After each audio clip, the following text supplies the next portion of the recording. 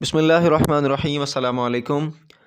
आजकल एक बड़ा टॉपिक जो डिस्कशन में है वो अमेरिका और रशिया के दरमियान में जो जबकलश चल रही है और रशिया ने जो अटैक किया है यूक्रेन पर, उसको पूरी दुनिया डिस्कस कर रही है। ट्विटर अकाउंट पर ये हैशटैग बन चुका है कि थर्ड वर्ल्ड वॉर कब से स्टार्ट हो रही है। चूँकि रशिया का यूक्रेन पर हमला करना जो है वो सिर्फ रशिया और यूक्रेन तक महदूद नहीं होगा, बल्कि उसमें बहुत सारे ममालिक और भी कूद सकते हैं, जिनमें सबसे ज़्यादा नज़रें दुनिया की अमेरिका पर जमी हैं। लेकिन अमेरिका ने अपना दो टोक मौक़िफ़ वाज़े कर दिया है। उसके साथ साथ अमेरिका के दो टोक मौक़िफ़ के साथ साथ यूक्रेन के सदर ने एक बयान दिया जिसमें उन्होंने अपील की कि यूक्रेन पर हमला करने वाले रशियन मुल्क के साथ उन्होंने अपील की कि वो मुज़ाकरात की मेज़ पर आएँ और हमारे साथ चीज़ों को तय करें, और जो लोग जो यूक्रेन के शहरी मर रहे हैं उनको मरने से बचाएं। अब उस पर यूक्रेन की इस रिक्वेस्ट पर या यूक्रेन के सदर की इस अपील पर रूस ने आगे से बयान जारी किया और कुछ शराइत को रखी, उनको भी आपके सामने इस वीडियो में हम डिस्कस करेंगे। उसके साथ साथ इस बात को भी डिस्कस करेंगे कि पाकिस्तानी वज़ीर आज़म इमरान ख़ान साहब जो है वो रशिया के दौरे पर मौजूद थे,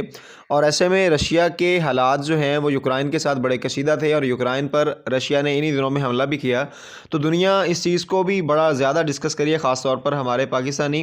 कि जी इमरान ख़ान का एक बड़ा किरदार है। हालांकि इमरान ख़ान साहब का उस दौरे में या रशिया और यूक्रेन की इस टक्कर में इस बात से हमारा कोई लेना देना नहीं। ये मामला जो है वो तकरीबन 100 साल से ज़्यादा देर हो गई है उनका चल रहा है आपस में जबकलश और सारे मामला। तो पाकिस्तान ने जो इस सारी सूरत हाल में इमरान ख़ान साहब ने जो दौरा किया, उन्होंने अपने मौक़िफ़ को वाज़े किया कि पाकिस्तान अब कठपुतली ममालिक में शामिल नहीं, बल्कि वो अपने फ़ैसलों में आज़ाद है, और अमेरिका के सामने दो टोक मौक़िफ़ को ज़ाहिर किया कि वो रशिया के साथ अपने ताल्लुकात को इस्तवार करना चाहता है और वो सारे मामला। अब इस चीज़ को जोड़ देना पाकिस्तान के साथ या इमरान ख़ान के साथ, तो पाकिस्तान एक किरदार अदा कर सकता था मुस्बत। वो ये था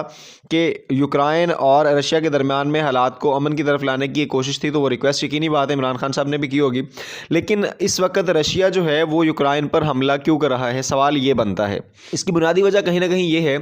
कि चूँकि अमेरिका और रशिया के दरमियान में असल दो बड़े ममालिक ये हैं जिनके दरमियान में आपस में कहीं ना कहीं चपकलश रहती है। यूक्रेन जो है वो तो एक ऐसा मुल्क है जिसकी आबादी कुछ 4 करोड़ के करीब है, और वो रशिया के साथ उनकी बॉर्डर लाइन के साथ अटैच होता है। एक दौर था जब यूक्रेन को रशिया से अलग करके, यानी ये एक अपनी खुद मुख्तार रियासत बनी थी, तो रशिया के कुछ एटमी हथियार जो हैं वो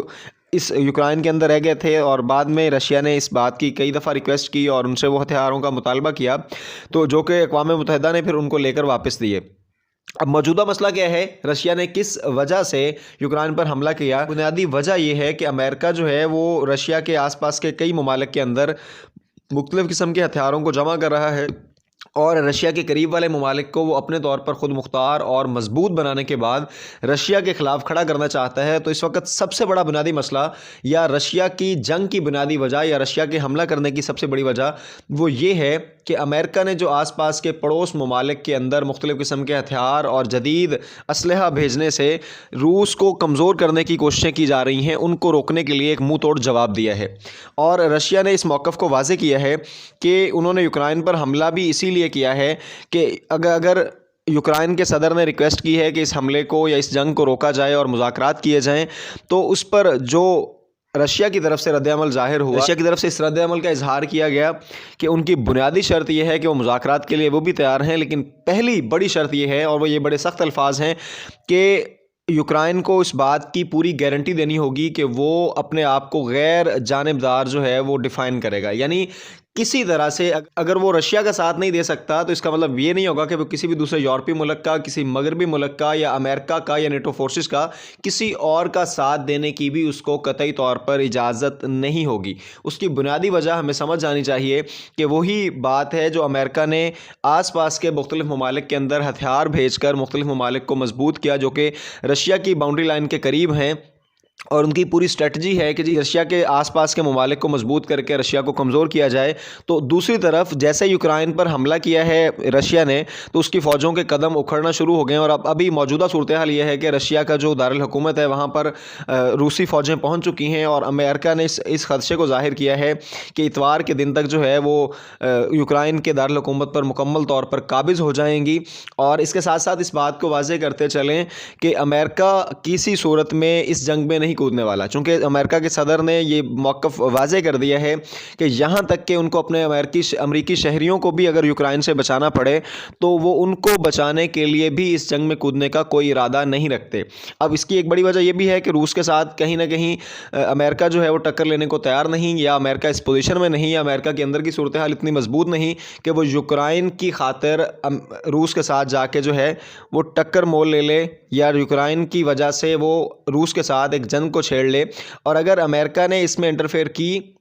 तो फिर ये अमेरिका तक बात महदूद नहीं रहेगी, अमेरिका, रशिया और यूक्रेन तक महदूद नहीं रहेगी, बल्कि इसमें चाइना भी कूद पड़ेगा, इसमें ईरान भी अपना हिस्सा डाल देगा, और कहीं ना कहीं इंडिया भी इसमें कूद पड़ेगा। इंडिया और पाकिस्तान का जो बड़ा मसला है कश्मीर वाला, वो कन्फ्लिक्ट इनको याद आ जाएगा। ईरान जो है वो इसराइल के साथ, उनको अपना इसराइल वाला मामला याद आ जाएगा। इसी तरह से चाइना जो है वो भी अपना मामला लेके बैठ जाएगा बीच में। तो ये एक आलमी जंग की सूरत या तीसरी जंग अजीम की सूरत बन जाएगी, थर्ड वर्ल्ड वॉर, जिसको ट्विटर पर कहा जा रहा है। तो वो बात बिल्कुल वाज़े हो सकती है। अब इस चीज़ को वाज़े करते चलें कि यूक्रेन पर बुनियादी तौर पर रूस के हमले की बड़ी वजह जो सामने आई है वो यही है कि अमेरिका की जो शरारतें, और अमेरिका ने जो आज तक किया है मुख्तलिफ ममालिक के अंदर, वही यहाँ करना चाहता था कि रूस को कमज़ोर बनाने के लिए उसके आस पास के ममालिक को मुख्तलिफ हथियार, मुख्तलिफ चीज़ें फराहम करने का बुनियादी मकसद उनका यही था कि आस पास के ममालिक को मजबूत बना के रूस को घुटने टेकने पर मजबूर किया जाए। लेकिन रूस ने इस यूक्रेन पर हमला करने के बाद अपने मौक़िफ़ को वाज़े किया कि अगर दुनिया की किसी तीसरी मुल्क ने या किसी मुल्क की और फ़ौज ने हमारी फ़ौज को रोकने की कोशिश की तो उसका रद्द-ए-अमल बहुत शदीद होगा, जो इससे पहले कभी किसी ने नहीं देखा होगा। यकीनी बात कि रूस जो है वो अपना आप ज़ाहिर करने के लिए या दुनिया को अपना आप दिखाने के लिए हर हद तक जाने को तैयार है। और दूसरी बड़ी बात कि यूक्रेन के अंदर जो उनकी फ़ौजों के कदम उखड़ रहे हैं, तो अमेरिका ने इस बात की ऑफ़र की है कि वो अब यूक्रेन की फ़ौज को ट्रेनिंग देगी। लेकिन एक बात जहन में रखिए कि अमेरिका ने आज तक जितनी फ़ौजों को ट्रेनिंग दी है, ज़िल्लत उनका मुकद्दर बनी है। वो चाहे अफ़गानिस्तान की फ़ौज हो, चाहे ताइवान की फ़ौज हो, अगर ताइवान की फ़ौज को जिस तरह ट्रेनिंग दे रहे हैं या उनके साथ कन्फ्लिक्शन है, इनकी एफिलिएशन है, तो इसी तरह यूक्रेन की फ़ौज भी एफिलिएट तो अमेरिका के साथ ही थी। तो अगर ये इनके साथ एफिलिएट ना होती तो हो सकता है कि 2-4 दिन और एग्जिस्टेंस कर जाती, लेकिन इनके साथ एफिलिएशन की वजह से, इनकी ट्रेनिंग की वजह से वो एक दिन में घुटने टेकने पर मजबूर है। इसी तरह अफगानिस्तान की जो फ़ौज थी उन्होंने भी एक ही दिन में घुटने टेक दिए थे। इसके साथ साथ आजकल भारत यानी इंडिया जो है वो बड़ा करीब है अमेरिका के साथ। तो अगर इंडिया को भी ये ट्रेनिंग हासिल करनी है तो उनको होश के नाखून लेने चाहिए, ताकि वो ट्रेनिंग हासिल करने के बाद एक दिन में सरेंडर करना सीख लें। तो अमेरिका ने जहाँ तक ऑफ़र करवाई है यूक्रेन को, अब उनके सिर्फ हाथी के दांत खाने के और दिखाने के और वाली बात है कि सिर्फ बातों की हद तक उनका साथ मौजूद है, लेकिन साथ में अपना मौक़िफ़ अमेरिका ने वाज़े कर दिया कि वो किसी सूरत में यूक्रेन पर हमला करने वाले रशिया के साथ नहीं उलझेगा या इस मामले में नहीं कूदेगा। सिर्फ ख़दशात और बातों की हद तक या सिर्फ मज़म्मत की हद तक बात महदूद है। लेकिन आपको आखिर में फिर बताते चलें, रशिया ने अपने मौक़िफ़ को वाज़े कर दिया है कि अगर यूक्रेन चाहता है कि उनके साथ मुज़ाकरात हों तो फिर उनको पहली शर्त ये माननी होगी कि वो मुकम्मल तौर पर गैर जानबदारी का सबूत देते हुए इस बात को वाज़े करेगा कि वो किसी तरह से किसी पैनल के साथ नहीं खड़ा, ना नेटो फोर्सेस के साथ, ना यूरोपीय ममालिक के साथ। अगर वो रूस के साथ मिलने को तैयार नहीं है तो फिर रूस उनको इस बात की इजाज़त भी नहीं देगा कि वो अमेरिका या यूरोपीय ममालिक या मगरबी ममालिक या नेटो फोर्सेस के साथ खड़े हों। उम्मीद है आज की ये वीडियो और आज की इन्फॉर्मेशन आपको पसंद आई होंगी। अपनी राय का इजहार ज़रूर कीजिएगा कि रशिया ने यूक्रेन पर क्यों हमला किया और अमेरिका इसमें क्या किरदार अदा कर सकता है। अपना बहुत सारा ख्याल रखिएगा। ना मिलेंगे इंशाल्लाह एक नई वीडियो के साथ, तब तक के लिए अस्सलाम वालेकुम।